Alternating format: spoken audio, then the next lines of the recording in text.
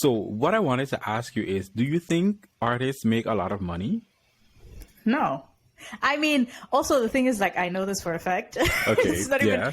It's not even, Yeah, do you like I think? know. Yeah, I know it for a fact, but I wanna like, cause they like, it's not that they show it off. Okay, well, some of them do, Yeah. but like, I think the industry painted it in such a way that, oh, if you're signed to a label and you're out here making music, you can become like super famous and super rich.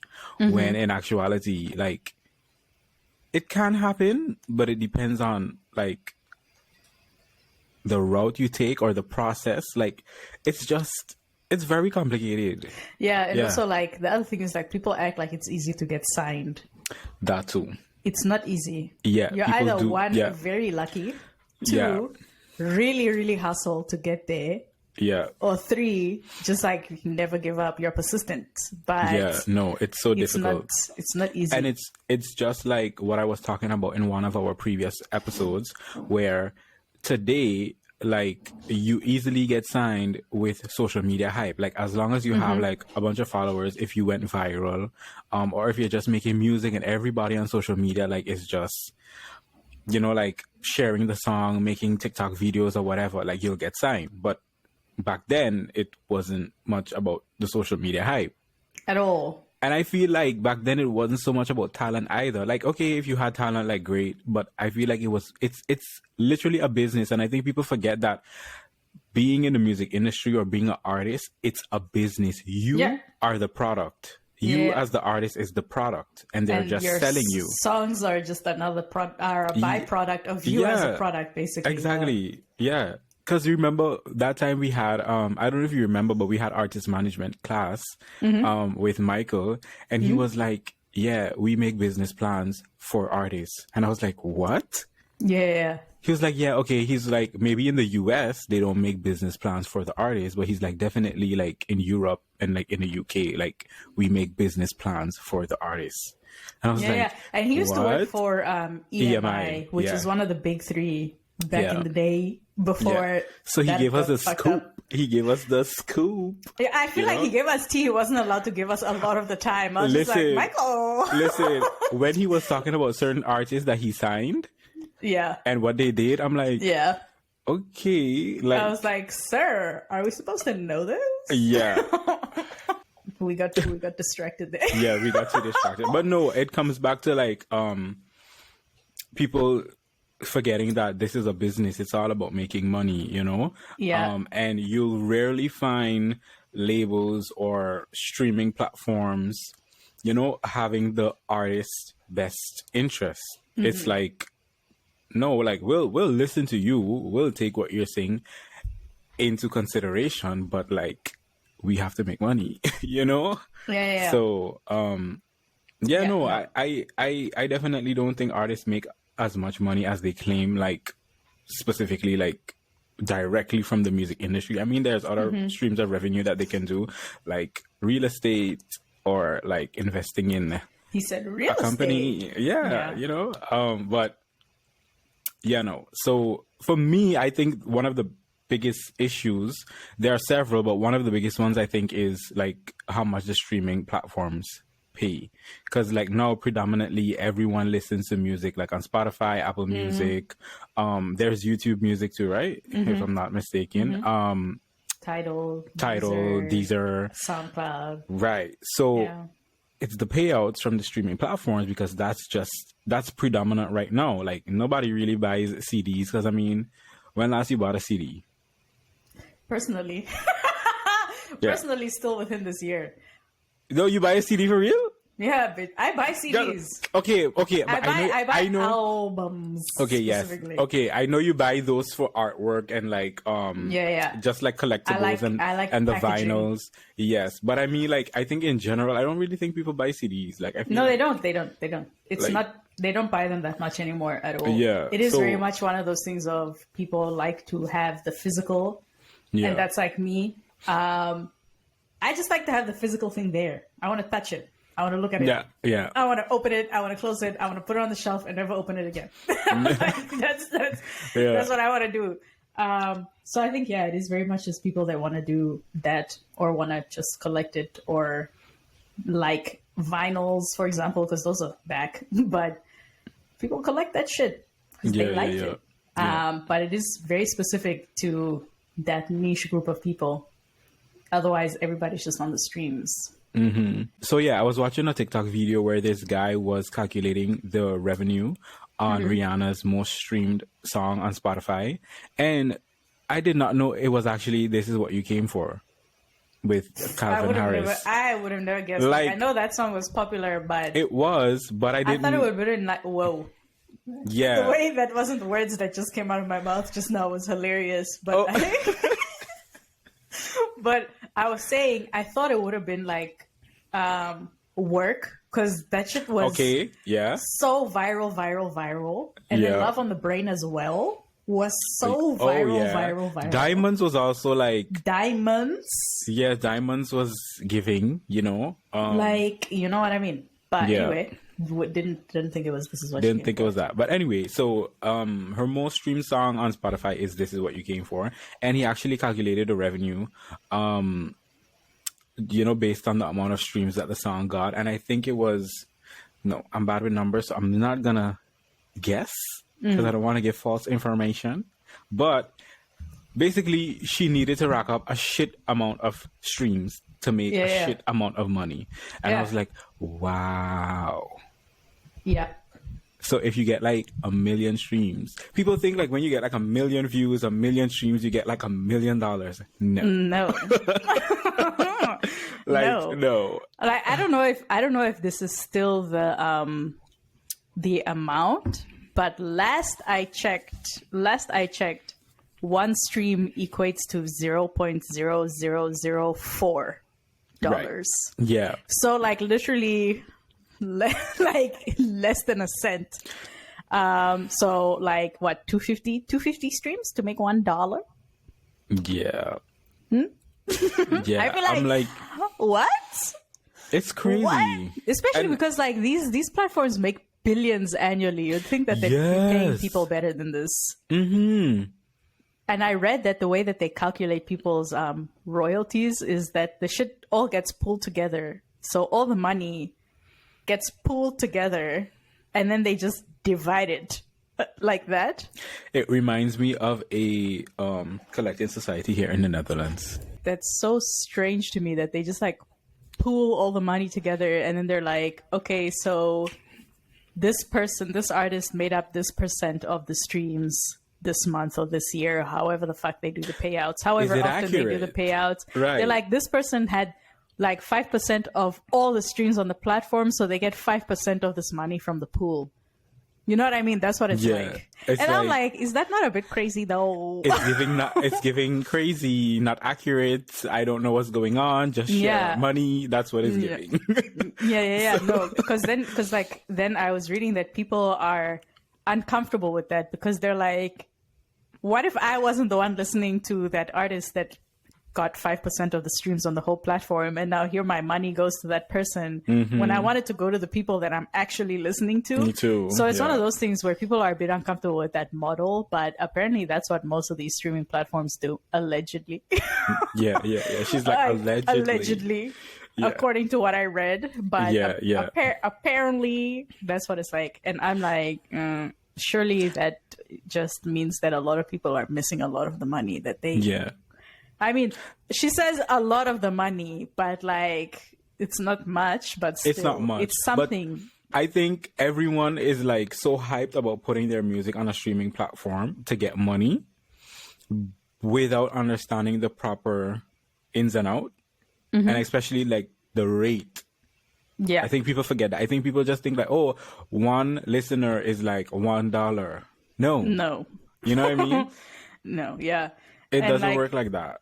And also, people forget that the rates change per Oh, yeah. region. Oh yeah. Because, like, for example, musicians that are based in the US and are signed to, like, US collecting societies or whatever, make compared to, for example, a musician that's in South Africa that's signed to a South African collecting society and record label, whatever the fuck, whoever the fuck it may be, they're, like, the revenue from Spotify, for example, differs, like, a lot. So it's just, yeah, I think people forget about that. Like, streaming platforms are a great way to get discovered, and they're a great way to build a following because that's all of your music available for anybody to listen to. Yeah. And it's a great way to market yourself even. Yeah, that's what I was going to get to. Like, I think everyone is caught up in the hype of putting your music on streaming platforms just to put it out there and just be famous and get all this money when, like I say, that's not the reality. But continue. Yeah, the money aspect of it is not the reality. But the out there part of it is definitely part of the reality. It's just a good way to get your name out there, but it's not necessarily the best way to be making money as a musician when you have other options such as concerts, merchandising, those are licensing especially. But like those are now things where you can be like, okay, fall back. This is my this is where I'm going to be making the most bank. But again, it's not easy to get to any of these places. It's not easy to get to any of these situations where you have those options. But once you do, three things can be at the top: live performances, merchandise, and licensing. Yeah. Like those are the three things that, like makes you a shit ton of money. Like if you're consistently booked, if you are selling out merchandise at a decent price, and if you have like a bunch of commercials and sync deals with games or whatever, like let's talk about games, movies, TV shows. Like let's talk about that. Like they be paying money for those things. Yeah, look, I like, what was it? FIFA is one of the most sought after sync deals because the way they be paying apparently. And I'm like, listen, even in terms of like making money through these three things that we think are the top three for streams of income for musicians, it's also relative because it depends on how big you are, how known you are. There's always going to be somebody that's going to try to take advantage of you somewhere along the way. And that goes in any which direction in the music business, whether you are an independent label, publisher, musician. Listen, they try. They try very hard. So this is all very like relative on also finding the right people, finding the right brand deals, finding the right collaborations. It might be trial and error. And I think just to just to reiterate, the different sources of income for artists are live performances, merchandise, licensing, brand partnerships, streaming platforms, of course. What else? Those are the main ones. Yeah, right? No, I think those are the main ones. I think those are the main ones. I think everything else... there's just physical sales as well are technically still a revenue stream. So, but I think the ones that I just mentioned, the five that is it five that I mentioned? Yeah, right? Yeah. I think the five that I just mentioned, like, is like the main, like you said, and weighs the heaviest, kind of, with streaming being, below, but like... Like, so streaming below. Yeah, because you make like a decent amount of money too with like brand partnerships. Yeah. Also, the amount of money that you make, which is also something that we should emphasize, depends on whether or not you are an independent artist or a signed artist. It's very dependent, but of course that also depends on what your contract looks like as a signed artist, because you could also just get a really shit contract and then you make no money at all. Contracts are important. Read them, please. Like, really. People don't read them. And I ask myself, like, I don't know. Like, people who go into these contracts, like, they don't have, like, a lawyer read it over, or they... I mean, lawyers also cost money, even if it's just to read over a contract. Yeah, so that too. It's one of those things, like... Yeah. No, it's for real, though. Like, it's difficult. And it's sad because I remember, like, I don't know if record labels still give out like 360 deals, because I mean, like, majority they do, with like even more 360ness to them, actually. But I'm like, okay, the people we are more aware of 360 deals. Like, Yeah. You can negotiate how far the 360 deal goes. right, because why are But you taking oftentimes people don't. no Because that negotiate advance people. money looks juicy. No, because but the advance, not me jumping up because I'm getting hyped now. Like the advance money, you also have to pay back, boo. I know. What I is you know, talking like, about that you're not negotiating because the advance money looks nice? Hello, you need to pay back the advance money too. Like, how cruel is it to pay back the advance money plus give them a percentage of everything? Literally everything. Like your Yeah. shows, your merchandise, your brand partnerships, everything they're getting a piece of, and then you also have to pay back the advance. You have to pay back the advance in full too. Like it's not half, like full. It's not easy to make money as a musician, Yeah, which is why so many musicians leave have the music industry like Rihanna. No, I'm joking. She didn't I'm leave, joking. but, like- she didn't leave. I know but- she didn't leave, but but, she took a like- break from Yeah, 'Cause or, I think- or look- what I was gonna say is like it's the reason why so many musicians have a side hustle. I was next to about to making say, music. because Like she took a Rihanna. break, right? Yeah. She took a break because what I was gonna say too is that making money in the music industry, like you said, it's difficult and it's a lot of work because you have shows to do, you have like photo shoots, music videos, songs to record, appearances to do. Like you are doing all these things and it's a lot of hard work and it takes a toll on your body, mentally and physically. And then Yeah, you and ask the yourself like, return can yeah, be you so ask yourself little. like, is it worth it? And the return is like so little. So like you said, this is why some artists have like side hustles. Well, I wouldn't even say side hustles. Some of them have big ass businesses. Yeah. Because Riri is a billionaire today, and that came from her makeup and Lingerie. lingerie. Yeah, and thing now I- you have Lizzo with Yitty. yeah. You have Halsey with their makeup brand. You have Right. Selena Gomez with her makeup brand. Right. You have Pharrell has his skincare Pharrell's brand. skincare and his Adidas collaborations. Right.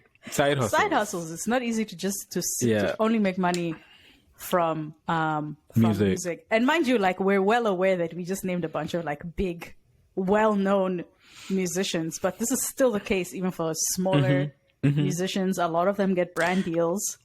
Yeah. You got to make a living somehow, and that's also the mindset with signing shit deals, shit contracts, because you've got to make a living somehow, and that advance money that can change somebody's life, It can. but it can also yeah. fuck your shit up Big time. hard.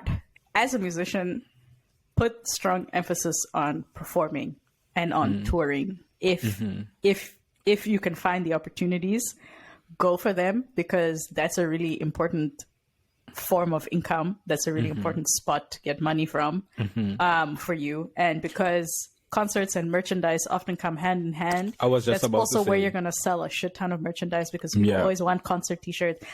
I have a shit ton of concert t-shirts because I like that shit. I like having the memory of like, there's the date of the concert I went to, and it's the same for a lot of people. Also, merchandising in general is also just another really good form of Yeah. income, because Income, that you can do that fully online when you're not touring. When you're not So touring, that can be yeah. like a passive way to make money. Because for every shirt you sell, you can always make another one. I was just about to say, like, what you said, Kiki. Like, if you're an artist, independent or signed, but mainly independent, focus on shows. And like Kiki said, tie in that with some merchandise. Try to build a decent following and, like, go on tour and then, like, have some merch Open to for sell. some people. Yeah, open for some people. Have some little merch, on the Yeah. side to, like, sell and shit. And then, I guess once you grow and you have, like, a manager or someone to help you along with your career, like, look into, like, brand partnerships to kind of, like, add some extra income. Yeah. And then And definitely go ahead. look into publishing. That's a whole other very lucrative Yeah. stream of income for you as a musician who is a singer-songwriter. And I was just about to say, it's best if you are Yeah. the singer and songwriter, because, like, that's more profit coming to you. Like, I mean, you could definitely have, you know, writers helping you, but limit your writers, people. Limit them, because because then that shit has to be divided between you and all your co-writers. No, I was gonna say co-publishers. Yeah. Co-writers. So look, when it comes to like synchronizing publishing deals, licensing situations, the less people involved, the better. No, for real. In general, in the music industry, the less people involved, the better. Because seriously, people will be sitting in your studio. They'll offer you one word for that part in the song, and then there go their names in the credit, and then they have to earn royalties too. And then it's like, and I'm not saying don't collaborate. I'm not saying don't do writing camps or whatever, but do it with people that are genuinely there for the artistry and not there just to get their name put on a credit or just to get a piece of your money, especially if you are doing well for yourself. Like you mentioned about songwriting camps and you know, those kind of things. I think like when even like in songwriting sessions, like if the person is just in the session, right, Bitch. their name needs to be that's what it's like placed. now. Like so if I randomly just go and sit in a songwriting session with an artist, like I contributed to just by the being a song, presence. just by being present. So my name will be like, I think that if you are a self-respecting person, you'll just be like, you don't need to put me in the credits for this. I didn't do shit. I wouldn't ask that of somebody. I offered time, sure, but it was also worth my time because I got to experience something. I got to see something, and I got to network. So like, we said a lot of stuff. We said a lot of stuff and shared our feelings on like the different revenue streams in the music industry. We maybe ranted a little bit here and there about like unrelated things, but at this point, you know, one thing led to another. We said what we said, and now here we are at the end of the portion of the podcast where we actually don't talk shit anymore. And now we're entering the one where we do talk shit. So we are now in our little small talk corner where we just, you know, talk. We talk a little bit. We ask each other what our 2 songs of the week are, and then we ask each other a question, normally related to the music industry or music in general. What's your first song of the week, Chardonnay? My first song of the week is the same song I think that I had last week, which is Lick Miss, the remix. 5'9" by Nicki Minaj and all the girls. So I've been listening to it a bit more. I'm really getting into I think one of the artists on the song name is Lisa Mercedes. I'm really getting into her part. But I mean, my song is 5'9". Spice is still my favorite on the song. Let's go with 5'9" again. That's my first one. What's your first song? Okay, my first song is Budget by Megan Thee Stallion featuring Lotto. Okay. I think it's one of my favorite tracks of her Traumazine album. I don't know why. It's just very sassy, very attitude, and I like it. I just like it. I like it a lot. I think it's a dope track. So I've been listening to it more and more because it hits every time I listen to it. It hits. So my second song is Paro by Nej. Nej? Yeah, N-E-J. Oh, Nej. Yeah. I've never heard of her. Yeah, I think she's Arabic, if I'm not mistaken. But she sings like Creole music, French music. Oh. Yeah, and the song is Paro, but Paro. Yeah. But I think they say Paro in French. That song is just vibes. Listen, vibes. Guys, listen to that song. You'll know what I'm talking about. It was actually trending on TikTok. That's how I discovered it. My second song is called Animal Farm by a artist called Bibi. Look, it gives 007 opening credits song vibes. You know, it's got that. You know that feeling, man. It's giving that vibe. It's such a good track. Her vocals are insane. So the music video is what a lot of people have been talking about since it came out because it's very intense. It's like violent. It's a violent music video, but it's like movie quality, bitch. It's like watching a whole movie. And also Bibi's a bad bitch in the music video. It's very cool. Should I ask the question first or should you? Because you like to give me these scenarios, bitch. Do you want the scenario now or after I answer your question? Is the question. You could give me the question. Okay. If you... Oh my God. I told you it was a scenario. But anyway, so if you're an established musician, right? Mm-hmm. And you were thinking, you know, licensing, synchronization deals, whatever, or thinking brand partnerships. Is there like a specific brand or movie franchise maybe, or TV show or whatever that you would envision yourself collaborating with or synchronizing to? That's a very good question. Ooh. Okay, so I don't think I have any, in terms of licensing, I don't think I have any specific TV network or TV show or whatever, you know, to like, partner with. But what I would brand want, deal. Yeah, no, wait. For the licensing, what I would want to do is, I'm like, no, wait. No, yeah, no. I thought you were dismissing licensing. No. Like, I'm not gonna dismiss it. No, okay. for the licensing, what I would do is like, if I have an agent working with me, I would tell them like, link me to something that is very Black cultured or Caribbean like roots. Okay, yeah. Something like around that realm, you know. Makes sense. Yeah, because I just love getting involved like with my culture and just like having people know more about us and stuff like that.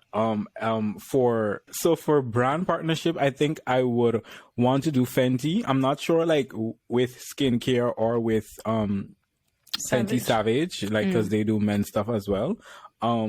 But I will definitely want to be a part of something that Rihanna has going on, just because she's from the Caribbean as well, Barbados, and she's very involved still, you know, with her culture. Like she doesn't really separate herself much. Like you can still see she's very much in it. She still has the accent. She visits Barbados regularly. Yeah, bitch. That's what I think. I think in terms of like, other than Fenty, I would want to like partner, I don't know, with like Nike, Urban Outfitters.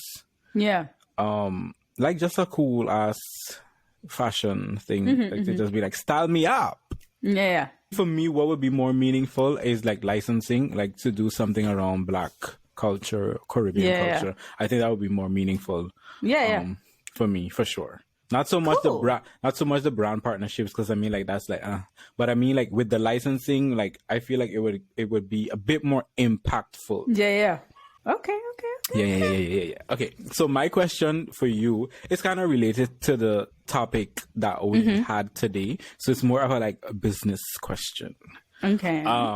So my question to you is, how do you think like record labels, because when someone is signed to a record label, you know, the record label usually has more of the control and owns the master recordings, you know, and the rights and everything. So I want to know, how do you think record labels and streaming services then in particular, how they can work together to like fairly compensate artists? Like, what do you think they can do, or what do you think they can change within their business plan or with contracts or whatever? Like, what do you think they can create together to like help artists earn a bit more money? Well, I mean, I think that's a pretty wishful thought to have, because they kind of both want the same thing, right? They're trying to make money on each end. They don't actually really care. Right. They don't actually really care what's going on with the artist. And like, you occasionally see these small changes in the streaming platforms independently from record labels, where they're trying, like SoundCloud, for example, has that fan, I don't remember what it's called, but basically a fan royalty, something like that. Yeah. They have that going on, which helps, like, I would imagine a lot. And it helps to know that, you know, these are your listeners are the ones that are really contributing to your royalties and your revenue from these things. And I think also as a listener, you feel better because you know that your money's going to the right people and not being pulled together the way it normally is and given to whoever the fuck. And then there's just a sum that nobody knows where to put it. Streaming services disturbed the fuck out of record labels and how they worked, because they changed the formula. Suddenly shit was different, okay? And they couldn't sell music the same way that they used to, because now we have 24/7 access to all the music we could possibly want to listen to with the click of a button. Like, we don't even have to make a membership, as long as you don't mind listening to ads every 30 minutes or whatever it is. You still have access to all the world's music in one spot. And that, you know, that fucked shit up for record labels. It did. So, like, I don't know if I can even start to imagine like a situation where they become more collaborative for the benefit of the artist, because I think that they're both so single-minded on their own businesses, which I understand. They are, at the end of the day, music is a business, and a record label is a business that needs to stay afloat, and a streaming platform is a business that also needs to stay afloat. Putting those two things in consideration, I think it would have to be something really revolutionary to make them want to work together in that way. But I can't myself say what it was going to be. I'm not a very innovative person.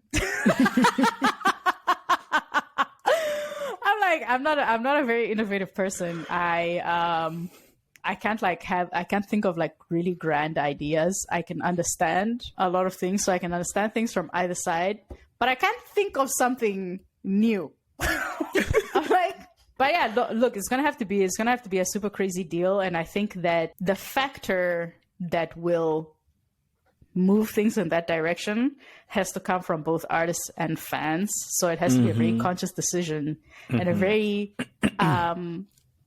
deliberate collaboration between artists and fans to disturb the peace in such a way that both record labels and streaming platforms are like, oh shit, you know, if we don't start treating artists better, then there this whole thing goes, and then record labels have to change their whole formula again. Streaming platforms go broke and they're out of the picture. Suddenly we have to start printing more CDs again, more vinyls again, or we have to start making our own streaming platforms as a record label. So there's a lot of things that would contribute to that happening. I don't know what would happen if it happened. Basically is what I'm saying. Like, my answer to your question is literally, I have no idea, but getting there would be a mission. Yeah, so that's the end of that's the end of the episode. It was probably a little bit confusing, but it's okay. Me and Chardonnay get carried away. Me and Chardonnay get carried away very easily. We get distracted. There's a lot of side conversations that we try to have all the time. But in any case, I hope that it was still enlightening or fun at the very least. Yeah. So if you're watching on YouTube, don't forget to like, comment, share, subscribe, turn on post notifications. If you're listening on Spotify or Anchor or Apple Podcasts or some other way with the RSS feed link, whatever, don't forget to rate the podcast. Don't forget to follow the podcast. Don't forget to tune in again next week for the podcast. And then also, we have social media. So follow us on Instagram and on TikTok. Both are Don't Touch My Music Pod. And they're fun because we post bloopers. Yeah, y'all, that was the episode. Go do the follows and the likes and the things that I mentioned just now. And in the meantime, we'll sign off. So and come back next week. Yeah. Next week. 7 p.m. GMT. Thursday. Yeah. Okay, bye. Bye.